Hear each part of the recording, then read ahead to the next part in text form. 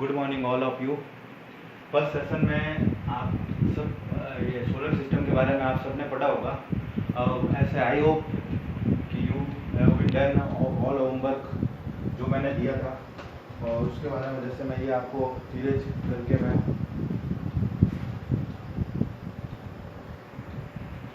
अभी हम लोग किसके SST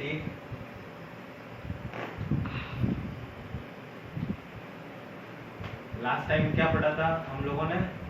सोलर सिस्टम।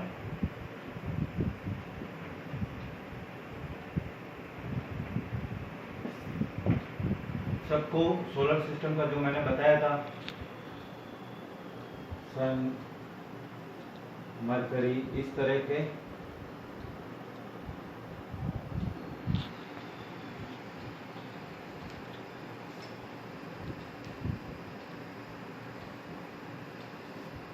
अब सोलर सिस्टम में पढ़ने से पहले हम लोगों को ये चीज़ें पता होनी चाहिए कि कुछ स्पेस में स्पेसिफिक टर्म्स होती है, उसके बारे में हमको पता होना वो अति आवश्यक है। ये नॉट ओनली क्लास 6 में तो बेस है ही, साथ में 7 और 8 में भी ये वेरी इंपॉर्टेंट टॉपिक है, क्योंकि SST 6, 7, 8 में कंटिन्यू एक सीरीज चलती है। 9 और 10 में थोड़ा अपर लेवल पे चलता है। ये नॉट ओनली क्लास 6, 7 और 8 ऑल्सो। सोलर सिस्टम में जियोग्राफी चैप्टर 1, सोलर सिस्टम, इसके बारे में हम सबसे पहले कुछ ऐसी टर्म्स जो सुना है उसके बारे में हम बताएंगे। एक होता है सेलेस्टियल बॉडीज।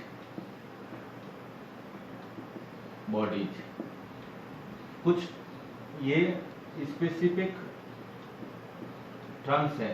सोलर सिस्टम समझने से पहले कुछ ऐसे वर्ड जानने के लिए बहुत ज़्यादा जरूरी है जिसके बारे में हम ये सोलर सिस्टम समझ सकते हैं।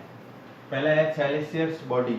दूसरा, ये वर्ड सबने सुना होगा लेकिन इसका मीनिंग किसी को पता नहीं होगा, स्टार्स। और तीसरा है constellations. Fourth, north star. Fifth में हम पढ़ेंगे सैटेलाइट।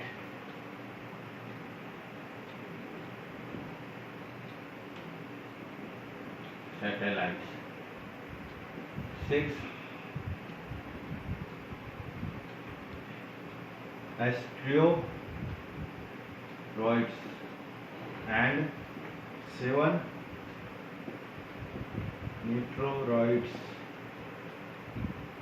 ये टर्म हम आज मैं बताऊंगा। ये सोलर सिस्टम में ये टर्म्स के बिना आप लोग समझ नहीं सकते। That's why we can understand about this terms. Celestials body, stars, constellations, north star, satellites, asteroids and meteoroids, इसके बारे में हम पढ़ेंगे। पहला है सेलेस्टियल बॉडीज। पहला हम पढ़ेंगे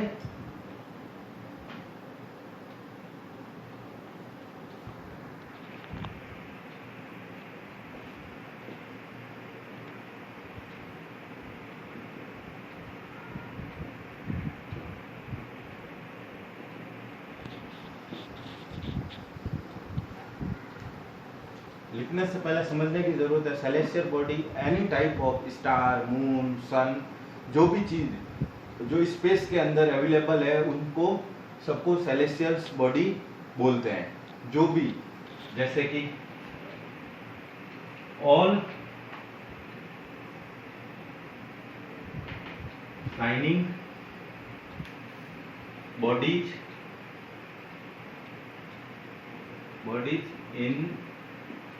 इन दी स्काई।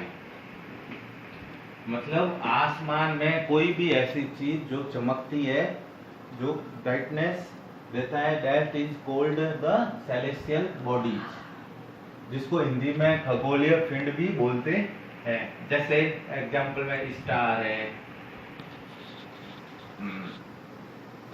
सन है, मून है, एंड डिफरेंट ऑब्जेक्ट्स अदर, बहुत सारी चीजें यहाँ पर मैं एक ही वर्ड में आपको बोलना चाहता हूँ, ऑब्जेक्ट्स। इसको क्या बोलते हैं? Celestial body. Any type of star moving and other, मतलब जो भी चीज आसमान में चमकती है उसको क्या बोलते हैं? Celestial body. दूसरी चीज मैं आपको बताऊंगा, स्टार्स। साथ साथ में ये नोट डाउन करते हो, मैं शॉर्ट में लिख रहा हूँ, अपनी लैंग्वेज में सबको लिखना है। स्टार्स क्या होता है? जो बहुत वेरी बिग साइज में होता है, और साथ में ये अपनी लाइट, हीट और डिफरेंट गैसेज,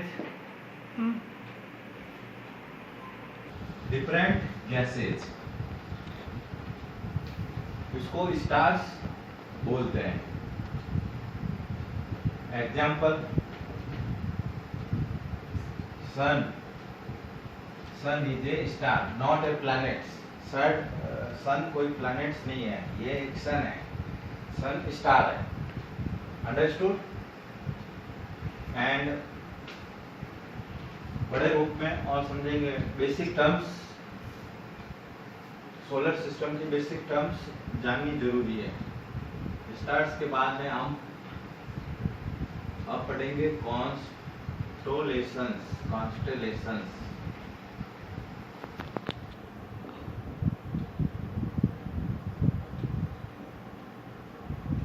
कॉन्स्टेलेशंस के बारे में किताबी लैंग्वेज ना करके, जैसे हम लोग नाइट के समय छत पे जाते हैं और ऊपर आसमान में देखते हैं तो बहुत सारे ग्रुप ऑफ स्टार्स दिखते हैं, जो डिफरेंट पैटर्न से स्टार दिखते हैं। कोई इस तरह का पैटर्न्स होता है, कोई ऐसा पैटर्न्स होता है, कोई ये डिफरेंट टाइप ऑफ पैटर्न समझने की ज्यादा जरूरत है। पैटर्न्स, ग्रुप ऑफ स्टार्स को क्या बोलेंगे?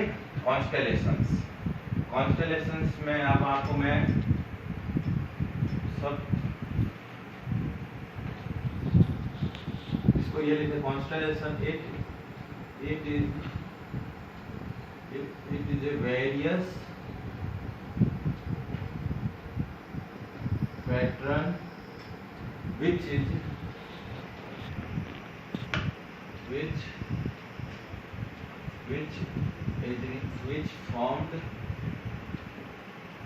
which formed by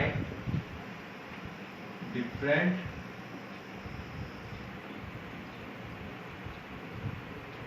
group of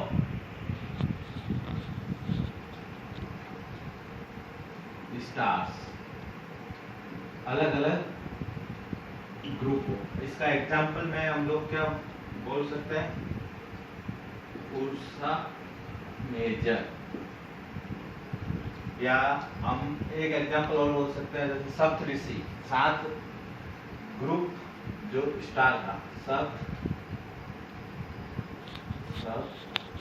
सप्तऋषि,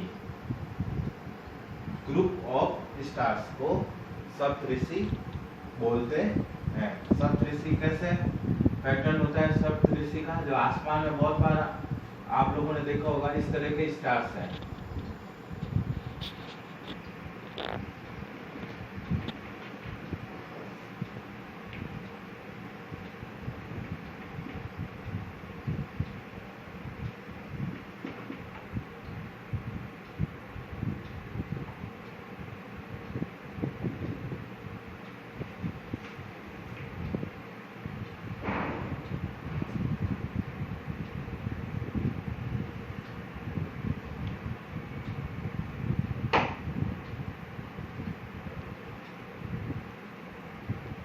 ये सप्तऋषि, ये एक तरह का पैटर्न है, ये अब आसमान में हम लोग देख सकते हैं। ये क्या है?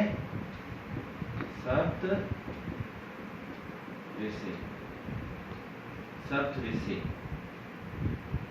Group of the stars in various pattern. ये एक तरह का पैटर्न है, जैसे मोबाइल में आप पैटर्न देखते हो वैसे का वैसे आसमान में भी स्टार्स का पैटर्न होता है। इसको कॉन्स्टेलेशंस कहते हैं। It is the very important in solar system. सब नोट डाउन कर लेना। एंड अब जल्दी जल्दी मैं आपको बता रहा हूं, ये वर्ड तो सभी ने सुना होगा, सैटेलाइट्स।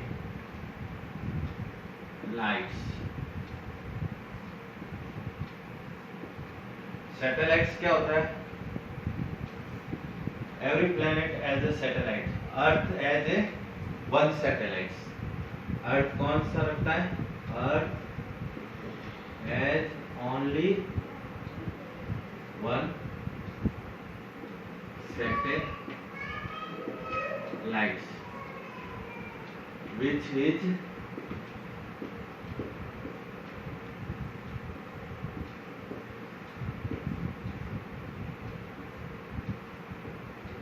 मून, चंद्रमा। ये क्या है? अर्थ की सैटेलाइट है जिसको हम मून बोलते हैं।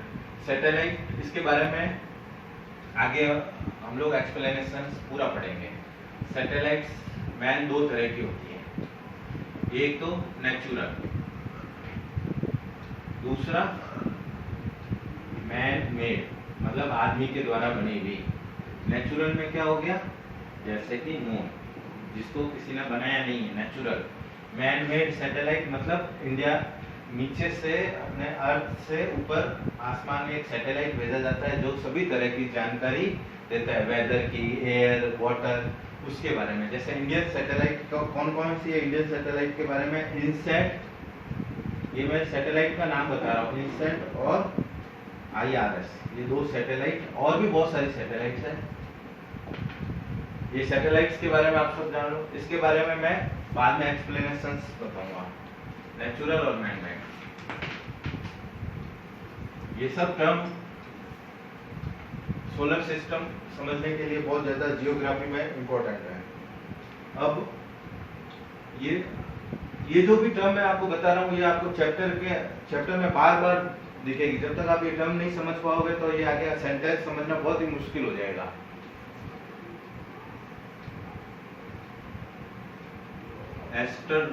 एस्ट्रॉइड्स, एस्ट्रॉइड्स के बारे में जानने के लिए क्या, ये बहुत ही छोटे छोटे टीनी बार्स बोल सकते हैं, जिसको टीनी बार, मतलब छोटे छोटे कण होते हैं जो प्लैनेट्स के चारों तरफ घूमते हैं। ये मैं कौन सी क्लास में घूमता है? जैसे कि मैंने आपको बताया था, सन के बाद आ गया मरकरी, सबको याद होगा।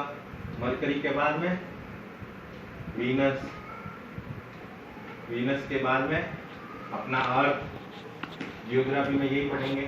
अर्थ के बाद में चौथा नंबर हो गया मार्स, एंड उसके बाद में हम पढ़ेंगे जुपिटर। अभी एस्ट्रोनॉट यहां तक एक्सप्लेन करेंगे। ये इनर प्लैनेट्स होता है, 1 2 3 4 5। ये एस्ट्रोनॉट्स जो डिफरेंट स्टार्स होते हैं, छोटे छोटे शाइनिंग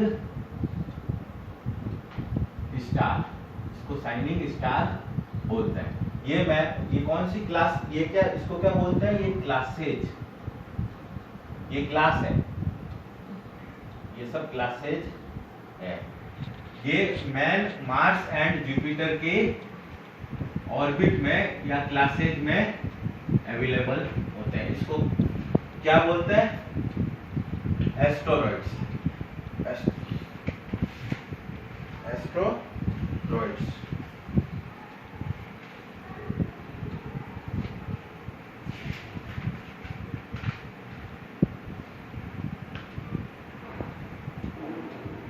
सबसे ये एस्टेरॉइड्स के बारे में आप सब समझ गए। फोर्थ एंड फिफ्थ के बिटवीन में जो भी स्टार्स होते हैं इसको एस्टेरॉइड, सबसे बड़ा एस्टेरॉइड्स क्या होता है, सेरेस करके। अब लास्ट टर्म हम पढ़ेंगे, ये डायग्राम वैसे का वैसे रहने दो, यहाँ पर भी काम आएगा नेक्स्ट में। 7 मेट्रॉइड्स,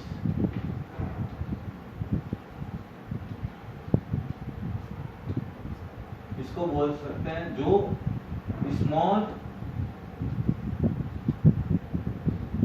पीस ऑफ रॉक, मतलब छोटे छोटे जो कण near to sun, near to sun, मतलब ये सन और मरकरी के पास में, जो सन के पास में छोटे छोटे रॉकी में रहते हैं, रॉक आकार के, उसको मेट्रॉइड्स बोलते हैं। जो सन के पास में रहते हैं रॉक्स, इसको मेट्रॉइड्स बोलते हैं। ये आप सब बच्चों ने ये समझ लिया होगा। ये जो 7 टर्म्स मैंने बताई है, इसके बारे में जानकारी होना बहुत ही ज्यादा इम्पोर्टेंट है।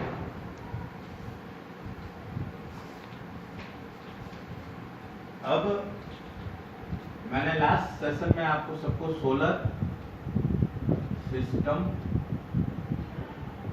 बताया था। अब सोलर सिस्टम में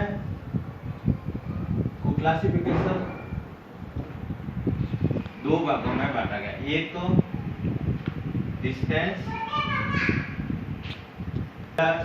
डिस्टेंस और second one according to the size. Distance के हिसाब से मैंने छोटा सा एक डायग्राम बना देता हूँ सब। ये जो मैंने कल आपको बताया था 7 और 8 के लिए भी इंपॉर्टेंट है। हेड ऑफ द फैमिली सन,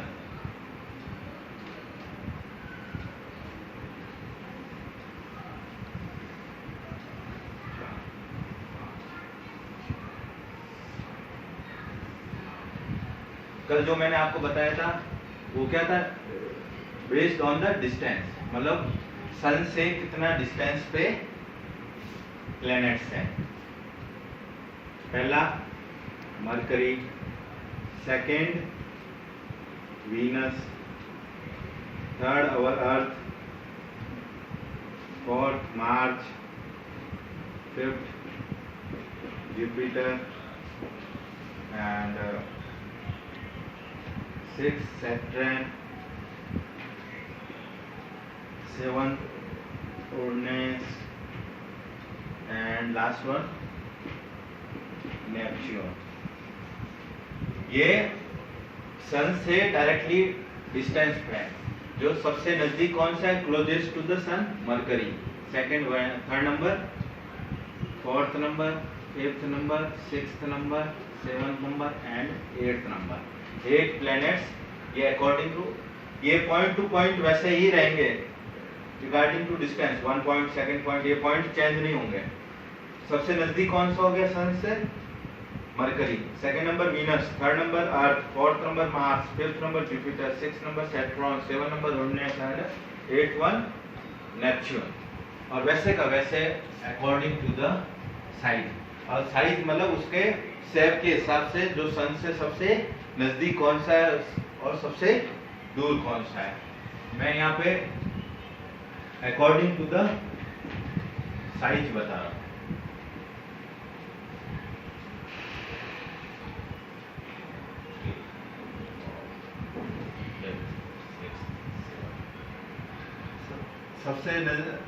सबसे बड़ा कौन सा है, जुपिटर। उसके बाद है सैटर्न, देन उरेनस, नेपच्यून, फिर our Earth, very important, Venus, and last one is the Mars. 1 2 3 4 5 6 7 और लास्ट वन कौन सा हो गया, मार्स के बाद जो सबसे नजदीक था वो साइज में सबसे छोटा है। ये डिस्टेंस के हिसाब से और ये साइज के हिसाब से। तो सबसे बड़ा कौन सा हो गया? जुपिटर, साइज में, आकार में। सैटर्न उसके बाद, उरनस उसके बाद, नेपच्यून, और अर्थ 5th नंबर पे सबसे लार्जेस्ट है। 5th नंबर पे लार्जेस्ट प्लैनेट्स है। और 5th नंबर पे पूछते हैं अकॉर्डिंग टू द डिस्टेंस, तब जुपिटर आएगा, लेकिन अकॉर्डिंग टू द साइज, आकार के हिसाब से अर्थ आएगा। 1st नंबर जुपिटर है अकॉर्डिंग टू द साइज। ये वेरी वेरी इंपॉर्टेंट है। सब डायग्राम बना दो। डिस्टेंस और साइज डिपेंड करता है सन के ऊपर, सन से डिस्टेंस के में और सन से साइज के हिसाब से। ये सब नोट डाउन कर लीजिए। नेक्स्ट सेशन में मैं आपको अर्थ के बारे में बताऊंगा, जो मैन सोलर सिस्टम के बारे में इसकी जानकारी सबने नोट डाउन कर लिया। देन नेक्स्ट, आज के लिए इतना ही करूंगा। ये सोलर सिस्टम जिसने पहले वाला सेशन नहीं पढ़ा वो पहले वीडियो पक्का देख लें, जब भी आपको ये सेकंड सेशन समझ में आएगा। अब मैं आपको होमवर्क दे रहा हूँ। आई होप कि लास्ट टाइम वाला होमवर्क सबने कर लिया होगा। After lockdown I will check. आप व्हाट्सएप पे भेज सकते हो मेरे को homework. Write different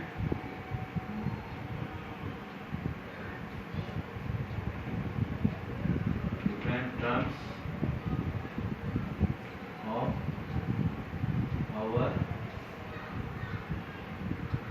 solar system। इसके बारे में एक्सप्लेन भी करना है, डेफिनेशन आपको आपकी लैंग्वेज में लिखना है। और दूसरा, make a diagram of our solar system in respect of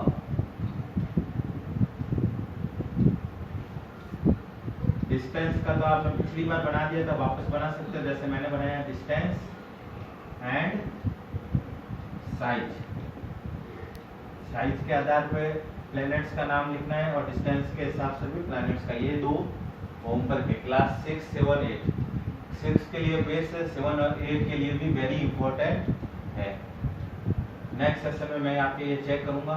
पहला वीडियो भी आप एक बार देखना सोलर सिस्टम के बारे में, उसके बाद सेकंड आपका लर्न अच्छा हो जाएगा, रिवाइज। ओके, आज के लिए इतना ही। Thank you very much. Homework note down कर लीजिए।